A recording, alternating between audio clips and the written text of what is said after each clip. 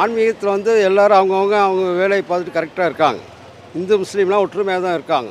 இவங்க பிஜேபி வந்து மக்களை பிரித்தான சூழ்நிலையில் அரசியல் சூழ்நிலைக்காக இந்த மாநாடு நடத்துகிறாங்க. இது முழுக்க முழுக்க அரசியல் சம்மந்தப்பட்ட மாநாடு தான். இது தேவையில்லாத மாநாடு தான்.